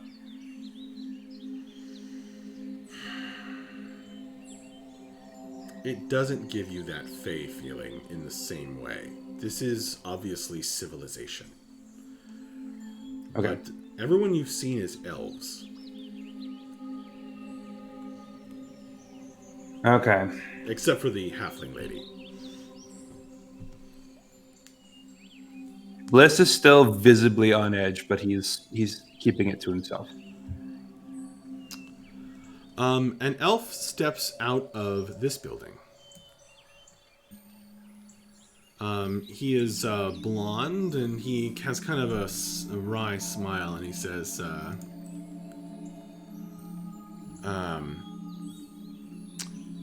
it would seem that our leader's guess at your intentions is not good enough. Welcome to my humble blacksmith, the Exalted Sword. He points at, there's this glowing sword hung above the door here. And he says, if you can pass under this, then your intent is good. And you may enter our glade.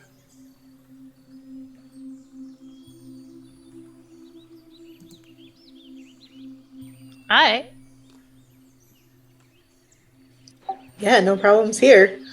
Bella, what's a glade? It's like a friendly little place. Oh, okay, cool. Yeah, that's good then. That moment when he gets the words glade and glaive mixed up. I'm sorry. Could you explain a little bit more? If we can pass under, what do you mean? Is the sword going to fall on us or something if our intentions aren't good? Oh, you'll see, says the blonde smith. I'm sorry. Why are you worried about this, Bliss? We have really, really good intentions, all of us, don't we? I don't think we should just take the word of these people we've just met that their weird trial by fire is say is going to be fair and or do even do what they say. I mean, what does that even mean, good intentions? The devil Like, man is angry and afraid. and when I ask you a direct question, you don't give me an answer. He walks So toward you. You kind of get a good look at him as he passes through the trees for the first time.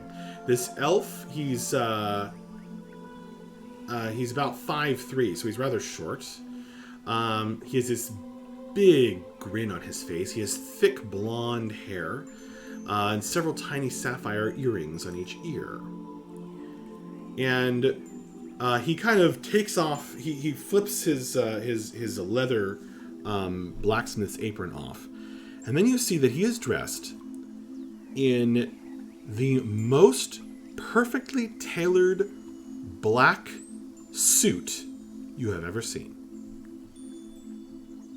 It flatters and accentuates every part of his body. I was really hoping you were going to say black leather pants, but here we are.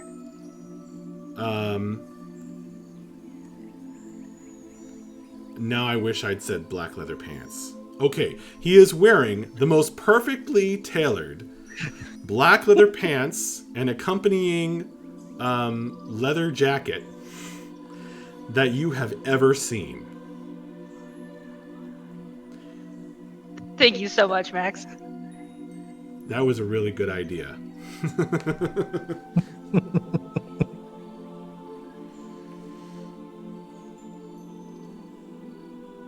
Akiri's gonna just shrug because this is probably fine, and she's gonna walk underneath the blade. Okay. The sword, the enormous sword over the edge of the blacksmith when you walk in. I'll describe the interior later. It glows. Sorry, you cut out. No What problem. color? What's your alignment? Chaotic good? Yeah, chaotic good. It glows. No problem. Cool. Just kind of shrugs. I mean, looked fine to me. I don't feel any different. Yeah, I'll go under it too. What's your alignment? Also chaotic good. Okay.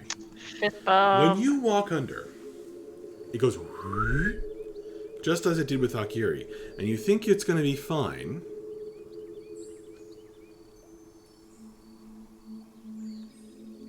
And then, for both you and Akiri,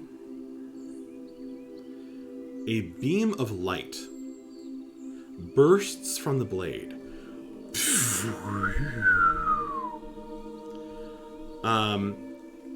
Burning a tiny hole in your armor, in your clothes, right onto the brand that you carry. Ah, come on. Why? And it flashes on the brand. And the brand's pain, an ache you had grown so used to, you had ceased to notice it, fades. And it becomes, the brand becomes this dull color, inert. Neat. I like it here already. Yeah. No, wait, Bella, did it remove it? I can't see.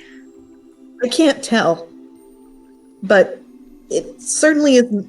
I mean, it's still there, but it's not really doing anything. The smith, who introduces himself as Theraval Silavarun, uses his full name all the time, is quite surprised by this result. And he says, yes, I have seen this before on one of our other visitors. It has rendered your curse inert. I'm so sorry you have been cursed. The exalted sword can do that. No, it is Oh, not. I want in on this. I'm gonna pass under it as well. What's your alignment? Well, I don't want to be too divergent from the crowd, but my alignment is chaotic good. Okay. Hey, chaotic good squad. It does the same thing. The mark, the brand on your body becomes inert. However, it does absolutely nothing about the the thumbprint on your forehead. That's not a curse. That's a gift. Exactly. It's a Well, gift. seeing as how his honor is apparently on the line here, Bliss will straighten up and compose himself, and then he will go walk under the sword without another word. Bliss's alignment, we're going to say chaotic neutral. Yeah, I know that 100 gold is 100 gold is means that.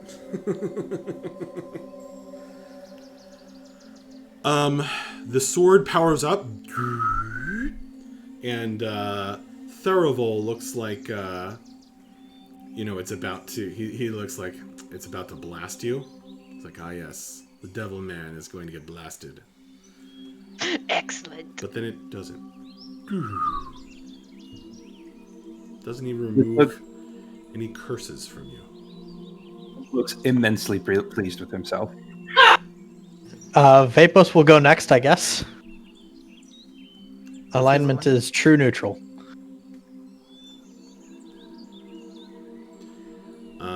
Cool. Same thing. Nothing happens. Thurival looks almost disappointed, but then he raises an eyebrow. If you are adventurers, know that my shop is always open, and I like gold. Also, as you are now welcome in our commune, I invite you to... I will perform any maintenance you require on your armor, clothing, weapons that you might require for free while you are staying here. Well, some of us do have a little hole in them now. Yes, of course. It will be but a moment to put on a quick patch. And he actually magically mends the hole.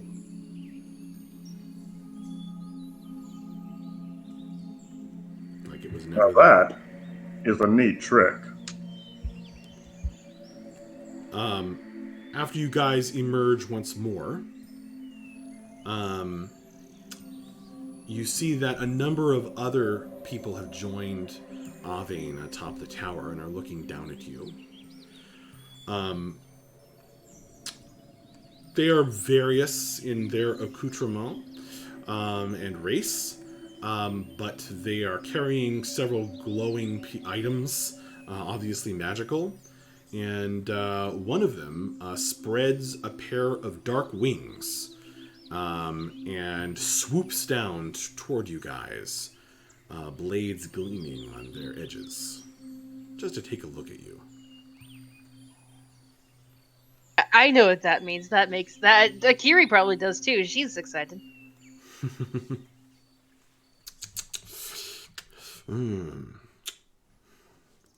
He nods his beak at you. What? Avane travels down from the tower on a long vine that he summons that carries him down. And he says,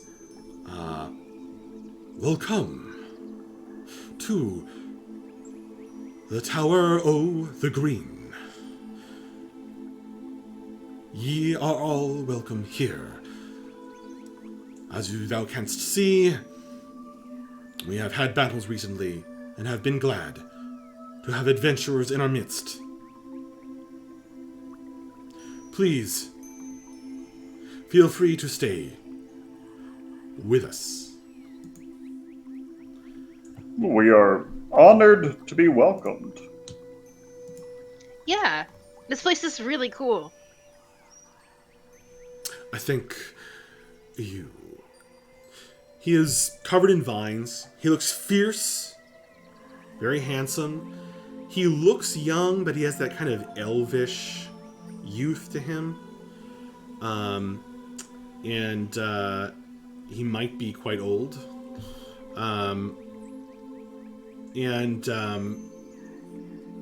Before he turns away and waves you in, he winks.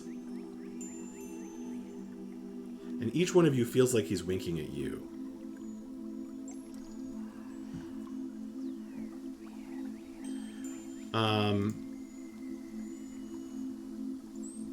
You are now welcome in the Tower of the Green. Of course, Kitseeth and Yezdov have no problem.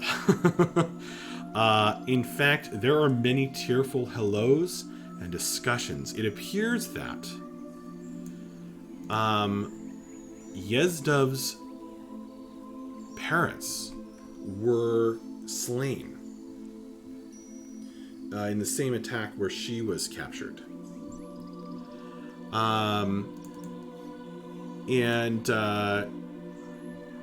You guys, the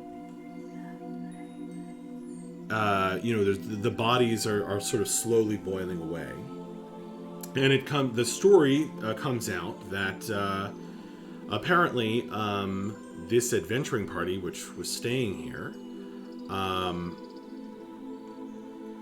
they helped Avane fend off a massive attack 2 days ago by the Slotty.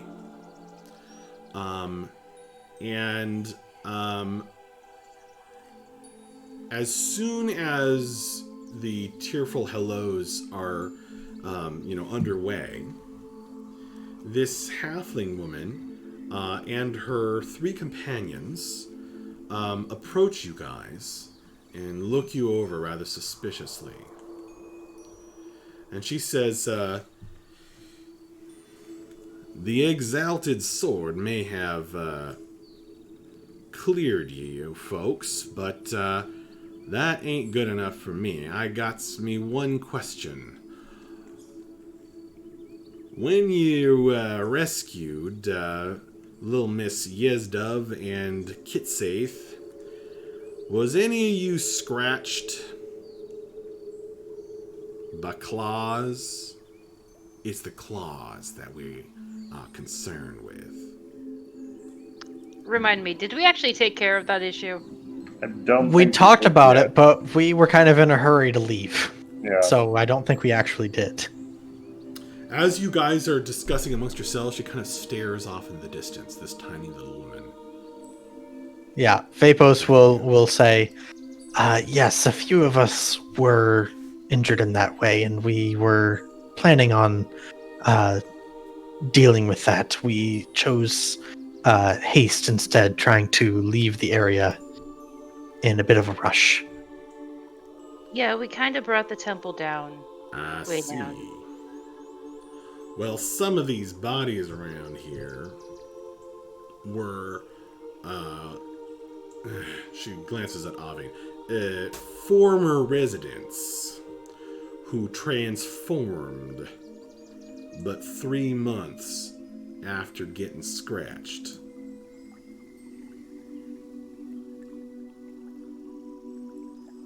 Right. Hopefully we can take care of it before then. Right. Well, since I haven't heard about anyone getting their chest burst open in a shorter period of time, I guess, I guess we can be friends then. All of the 4 of them have their hands on various weapons, but they have a friendly aspect. They don't look like they're threatening you.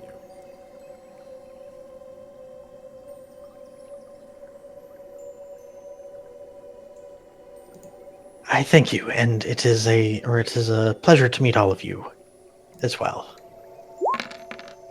We are most grateful for your hospitality. Oh, it ain't my hospitality. It's Arvain and his folk. And you are able to meet them all. So this is a settlement. You are now in town, as it were. And I guess we have got to wrap things up, don't we? So, let's see.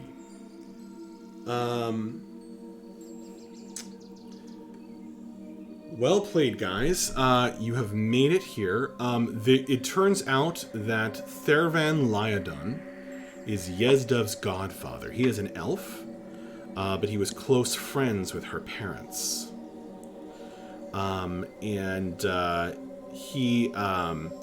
He lives on the second floor of the tower. Her parents lived in one of these huts, this hut here. But he lives on the second floor of the tower, and he is, it's swiftly arranged that he will take her in. Whereas Kitseeth goes to her home, and takes a well-deserved lie down.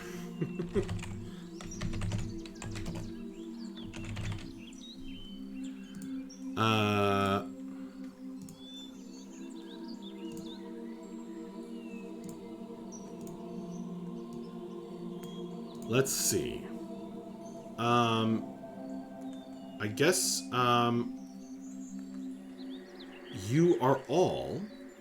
Aving invites you all to. He has rooms there, and he offers you guys the opportunity to stay free of charge, as long as you agree to protect the town. Their little community, as long as you are here. Easy. And it turns out to be quite an interesting little commune. It's an elvish commune. Alvain is their leader. They still deal in coin as they get travelers through here, and who are more often than not adventurers like yourselves, and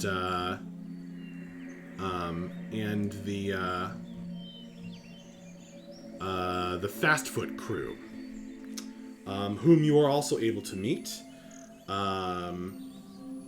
They are a Silly Bean Fastfoot is the halfling who has been speaking to you.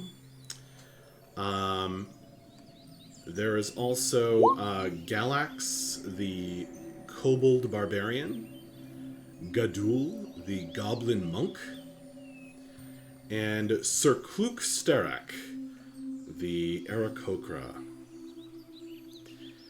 And he takes a keen interest in Ak-Iri, and as soon as possible, takes her aside and says, "Madam, I believe you are one of the Frilled." And with that, we are going to call tonight's session. So thank you all very much. Well played. Thank you for staying up a little past our expected end time. That was awesome. That was really fun. Good, thank you. We got through a lot there, actually. I will bid you all a good night and hope that we can play again next week. Thank you to the man with the screen name and Taladar, who subscribed during the stream. Thank you, sir. Thank you to Jeremy, player of Breath. Thank you to M, player of Ak-Iri. Thank you to Kirsten, player of Bella. Thank you to Corey, player of Vapos. Thank you to Danielle, player of Mavra, who was in here earlier.